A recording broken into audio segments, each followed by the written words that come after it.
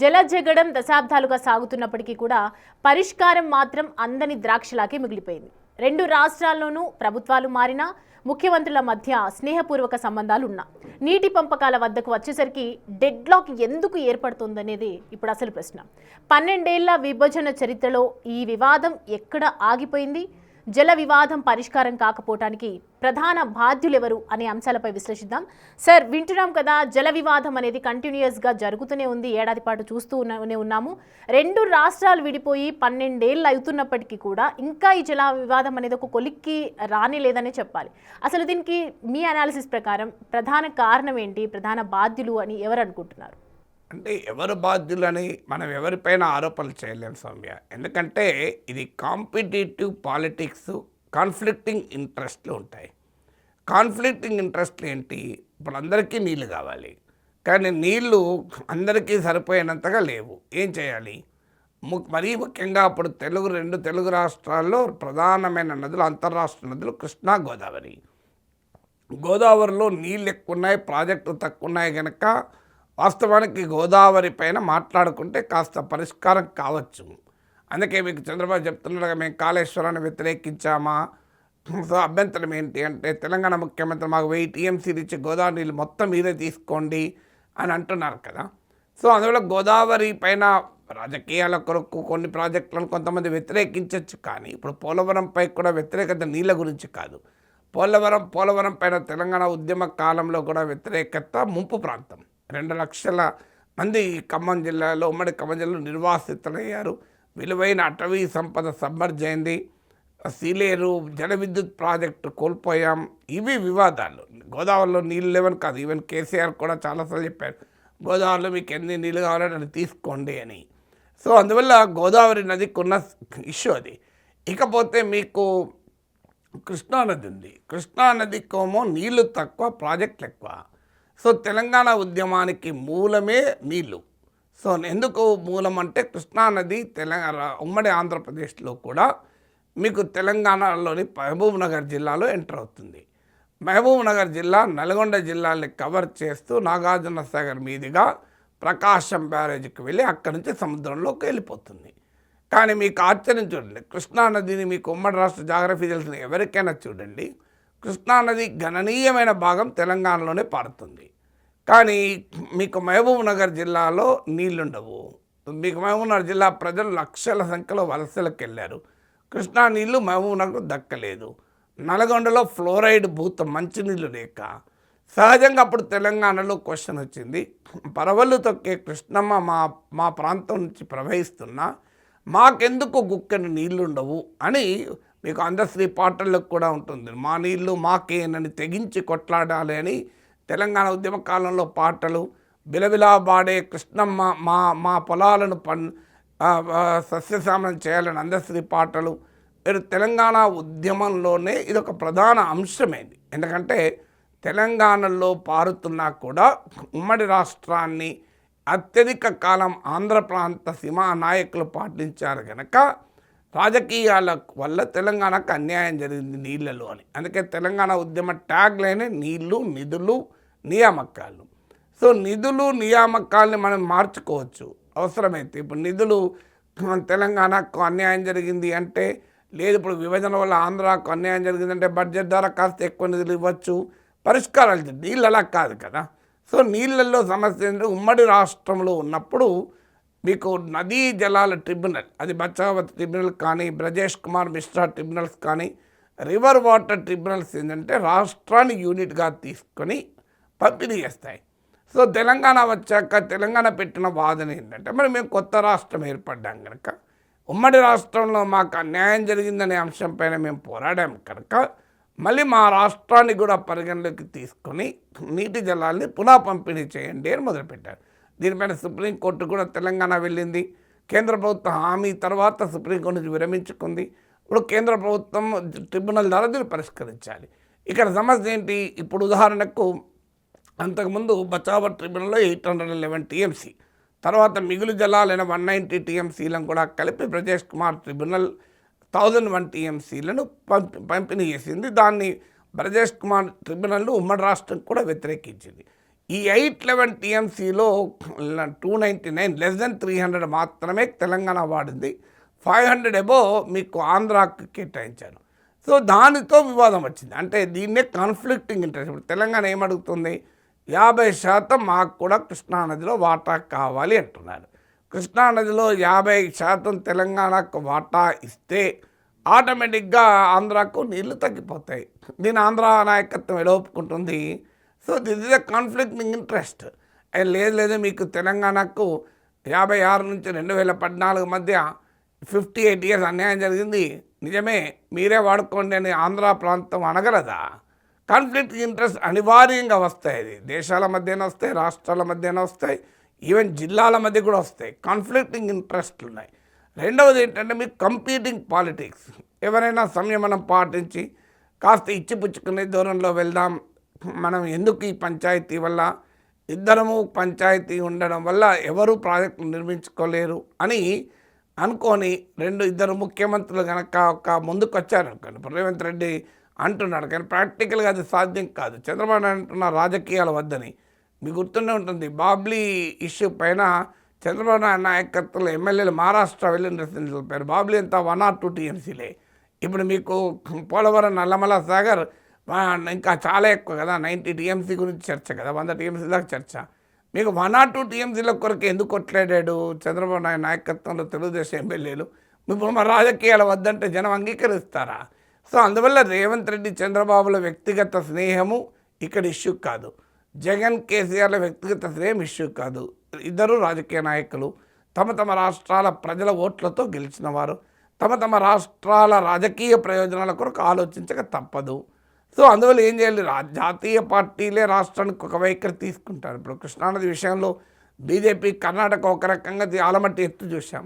ఆలమట్టి ఎత్తుపైన ఉమ్మడి రాష్ట్రంలో ఆంధ్రప్రదేశ్ కాంగ్రెస్ ఒక రకం, కర్ణాటక కాంగ్రెస్ ఇంకో రకమైన వైఖరి తీసుకోలేదు 90sలో. ఆంధ్రప్రదేశ్ బీజేపీ ఒక వైఖరి, కర్ణాటక బీజేపీ ఇంకో వైఖరి తీసుకోలేదా? జాతీయ పార్టీలే 2 రాష్ట్రాల్లో 2 భిన్నమైన వైఖరి తీసుకున్నప్పుడు ప్రాంతీయ పార్టీలు ఎలా చేస్తాయి? కాంగ్రెస్ అయినా జాతీయ పార్టీ కావచ్చు, కానీ ఆంధ్రప్రదేశ్ కన్నా ఆ పార్టీకి తెలంగాణలో రాజకీయ ప్రయోజనాలు ఎక్కువ కదా. సో అందువల్ల ఇద్దరు ముఖ్యమంత్రులు వారి మధ్య గుడ్విల్ ఉన్నా అది పరిష్కారం కాదు. ఎందుకంటే వారు రాజీ పడేటట్టు, రాజీ పడకపోయినా ప్రతిపక్షాలు రాజీ పడ్డాయంటారు. ఇవాళ రేవంత్ రెడ్డి స్టేట్మెంట్ చూడండి, నమస్తే తెలంగాణ పత్రిక చూడండి, వెంటనే రాజీ పడ్డాడు, గురుదక్షిణగా ఇస్తున్నాడు అని మొదలుపెట్టారు కదా. దాంతో కాంగ్రెస్ వాళ్ళు కూడా జగన్ కేసీఆర్ల మధ్య ఉన్న సంబంధాల వల్ల కేసీఆర్ జగన్కు వదిలేశారని వాళ్ళు మొట్టారు.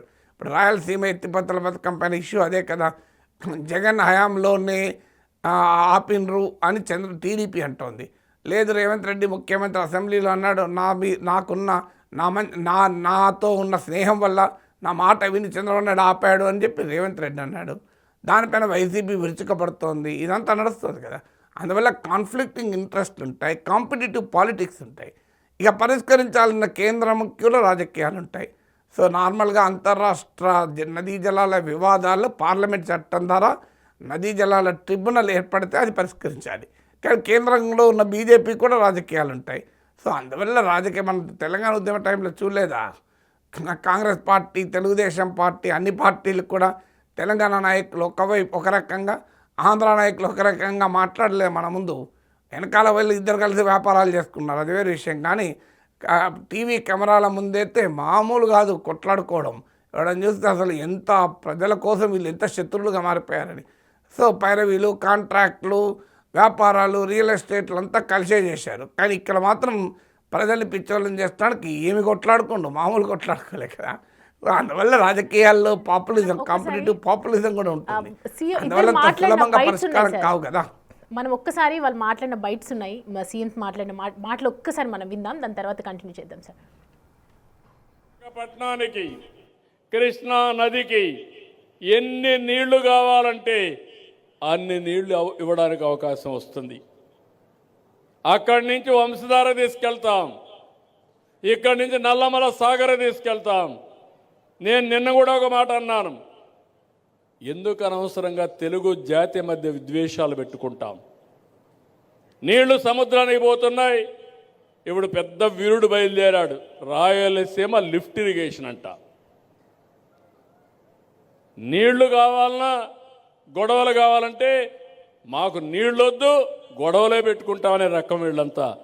నేను ఒకటే చెప్తున్నాను, నాకు కావాల్సింది గొడవలు కాదు, నా జాతి ప్రయోజనాలు, తెలుగు జాతి ప్రయోజనాలు. మీకు పంచాయతీలు కావాలన్నా నీళ్లు కావాలన్నా అని ఎవరైనా నన్ను అడిగితే తెలంగాణ రాష్ట్రానికి నీళ్లు కావాలని నేను కోరుకుంటా. మీకు వివాదాలు కావాలన్నా, మీకు పరిష్కారం కావాలన్నా అంటే నేను పరిష్కారం కోరుకుంటా. నీళ్ల వివాదం ముసుగులో రాజకీయ ప్రయోజనం పొందాలి అని మా ప్రభుత్వం, మా పార్టీ భావించడం లేదు. రెండు రాష్ట్రాల మధ్యలో ఉండే సమస్యల్ని శాశ్వతంగా పరిష్కరించాలి అని తెలంగాణ ప్రత్యేక రాష్ట్రాన్ని శ్రీమతి సోనియా గాంధీ గారు, కాంగ్రెస్ పార్టీ ఇచ్చింది. కాబట్టి నీళ్ల విషయంలో వివాదాలు, నీళ్ల విషయంలో రాజకీయ లబ్ధి కోసం ఆలోచన చేయొద్దు. రాజకీయాలకు అతీతంగా మనం ఈరోజు ఆలోచన చేసుకొని పరిష్కరించుకోవాలి. ఈ పరిష్కారాలకు చర్చలు ఒక్కటే పరిష్కారము. న్యాయస్థానాల దగ్గరనో ఇతరుల దగ్గర పోయి పంచాయతీ తెంచుకునే కంటే మనమే కూర్చొని మన సమస్యల్ని సామరస్యపూర్వకంగా పరిష్కరించుకోవాలనేదే మా విధానము. సార్, అది మీరు మీరు అన్నట్లుగానే ఒకవైపు ప్రతిపక్షాల విమర్శలకు భయపడడం కావచ్చు, పొలిటికల్ ఇమేజ్ ఎక్కువ హైలైట్ అయిపోతుంది జల వివాదం కన్నా ఎక్కువగా కూడా. మీరు అన్నట్లుగానే కరవమంటే కప్పకు కోపం, విడవమంటే పాము కోపం అన్నట్లు సామెత ఎందుకు అట్లా జరుగుతోందని అనుకోవచ్చు మనం. అంటే అధికారంలో ఉన్నప్పుడు సుభాషితాలే చెప్తారు కదా, ప్రతిపక్షాలు ఉంటేనే రాజకీయాలు. జస్ట్ ఇమాజిన్, చంద్రబాబు నాయుడు ప్రతిపక్షంలో ఉండుంటే, రేవంత్ రెడ్డి ప్రతిపక్షంలో ఉండుంటే ఇదే రకమైన ఉపన్యాసం ఇచ్చేవారా? ఈ ప్రశ్న గుండె మీద చేసుకున్న పార్టీలు చెప్పమనండి. జగన్, కేసీఆర్ ముఖ్యమంత్రులు ఉన్న రోజుల్లో ఇదే మాటలు అనేవాళ్ళ, మనకు రాజకీయాలొద్దు, పంచాయతీలొద్దు, గొడవలొద్దు, వివాదాలొద్దు, తెలుగు జాతి ప్రయోజనాలు కాపాడుకుందామని అనేవారా? సో అందువల్ల ప్రతిపక్షంలో ఉన్నప్పుడు రాజకీయం ఉంటుంది, అధికారంలోకి వచ్చాక సుభాషితం ఉంటుంది. మరి తెలుగు జాతిని చీల్చకూడదని చంద్రబాబు చెప్తున్నాడు. భరత జాతిని ఎందుకు చీల్చాలి? మరాఠీలపైన మరి ఎందుకు తెలుగువారు పోరాడారు? ఎందుకు చంద్రబాబు నాయుడు నాయకత్వంలో తెలుగుదేశం ఎమ్మెల్యేలు బాబ్లీ కొరకు రాష్ట్ర సరిహద్దులు దాటి పోరాడుతున్న గుర్తు ఇప్పటికీ అరెస్ట్ అయినట్టున్నారు. ఈవెన్ మీరు గూగుల్లో కొట్టడం దొరుకుతుంది. ఈవెన్ మహారాష్ట్రకి ఎందుకు వెళ్ళారు? మరి వాళ్ళు మన భరత జాతే కదా. తెలుగు జాతి మధ్య విభజన వద్దు, భరత జాతి మధ్య విభజన కావాలా నాకు చెప్పండి. సో అందువల్ల ఇవన్నీ ఉపన్యాసాలకు పనికొస్తాయి. రియాలిటీ ఏంటి? మంచిదే కదా, ప్రశాంతంగా. ఇప్పుడు తెలంగాణ కృష్ణా నదిలో 50% నీళ్ళు అడుగుతున్నది. దీనికి పంచాయతీ ఏమున్నది? చంద్రబాబు అంగీకరించాడు అనుకోండి, పంచాయతీ లేదు కదా. లేదు, రేవంత్ రెడ్డి 550% అవసరం లేదు, ఇప్పుడు ఇస్తున్నది తీసుకుంటామని రేవంత్ అన్నాడు అనుకోండి, పంచాయతీ లేదు. అనుమానండి. మరి ఇప్పుడు తెలుగు జాతి ప్రయోజనాలే కదా, తెలంగాణ ప్రాంతంలోనే కదా చంద్రబాబు నాయుడు దశాబ్దాల పాటు ఉన్నాడు. లోకేష్ అయితే మొత్తం హైదరాబాద్లోనే పెరిగారు కదా. ఇప్పటికీ కూడా చంద్రబాబు నాయుడు ఇల్లు, మీకు పవన్ కళ్యాణ్ ఇల్లు తెలంగాణలోనే ఉన్నాయి కదా. తెలంగాణ, ఆంధ్ర రెండు కళ్ళ లాంటివి కదా. ఏమవుతుంది, ఇద్దరు పిల్లలలో ఎవరో ఒక పిల్లవాడు కాస్త ఎక్కువ తీసుకుంటే తప్పేంటి? తమ బిడ్డలే కదా. చంద్రబాబు నాయుడు ఉమ్మడి రాష్ట్ర ముఖ్యమంత్రి కదా. తెలంగాణ వాళ్ళు మాకు 58 ఏళ్ళు అన్యాయం జరిగింది, మాకు 50% కృష్ణానదిలో వాటా ఇవ్వమండి అని అడుగుతున్నాను. దీనికి చంద్రబాబు నాయుడు సంతకం పెడితే పంచాయతీ లేదు, వివాదమే లేదు. చంద్రబాబు నాయుడుకు అందరూ పూలదండలు వేస్తారు, తెలంగాణలో ఊరేగింపులు తీస్తారు. ఇవ్వమనే అభ్యంతరం ఏమున్నది? పంచాయతీ ఎందుకు, వివాదం ఎందుకు, తెలుగు జాతిని చీల్చడం ఎందుకు? లేదు పోనీయండి, మాకు పంచాయతీ వద్దు, నీళ్ళే కావాలి, గొడవలొద్దు, నీళ్ళే కావాలని రేవంత్ రెడ్డి అనుకుంటే, రేవంత్ రెడ్డి అనుమానండి, మాకు 300 టీఎంసీలు సరిపోతాయి, మేము 50% అడగమని చెప్పమనండి, అయిపోతుంది అంటాడా రేవంత్ రెడ్డి. అందువల్ల మాటలు వేరు, ప్రాక్టికల్గా జరిగేది వేరు. ప్రాక్టికల్గా జరిగేటప్పుడు పాలిటిక్స్ అనివార్యంగా వస్తాయి. నిజమే, చర్చలు జరిగి రెండు రాష్ట్రాలు కలిసి మాట్లాడుకొని అగ్రిమెంట్ అయితే ఉమ్మడి రెండు తెలుగు రాష్ట్రాలకు ఉపయోగమే, దాంట్లో ఏం డిస్ప్యూట్ లేదు. భారత పాకిస్తాన్ సింధు నదీ జలాల ఒప్పందం కుదుర్చుకొని ఈవెన్ అనేక యుద్ధాలు కూడా తట్టుకొని ఇండస్ వాటర్ నిలబడ్డది కదా. ఈ మధ్య పహల్గామ్ ఘటన తర్వాత కదా ప్రాబ్లం వచ్చింది. ఇండియా పాకిస్తాన్ల మధ్య బంగ్లాదేశ్ వారిని కూడా తట్టుకొని సింధు నదీ జలాల ఒప్పందం నిలబడ్డప్పుడు రెండు తెలుగు రాష్ట్రాలు, తెలుగు భాష మాట్లాడే ప్రజల మధ్య ఒప్పందం ఎందుకు కుదరకూడదు? ఎందుకు అండర్స్టాండ్ అవ్వకూడదు? ఖచ్చితంగా మనం కూడా అదే ఆశించాలి. తెలుగు ప్రజల మధ్య ఒక హేతుబద్ధమైన పరిష్కారం, ఇద్దరికీ న్యాయం జరిగేలా, ఇద్దరికీ న్యాయం కాకపోయినా కనీసం న్యాయం జరిగేలా ఒప్పందం కుదిరితే చర్చల ద్వారా చాలా సంతోషపడతాం. తెలుగు బిడ్డగా అందరికన్నా ముందు సంతోషపడతాం. కానీ రాజకీయాలు అందుకు అంగీకరిస్తాయా? రాజకీయ నాయకులు అధికారం ఉన్నప్పుడు ఒక మాట, ప్రతిపక్షాలు ఉన్నప్పుడు ఒక మాట మాట్లాడితే ఏంటనేది నా ప్రశ్న.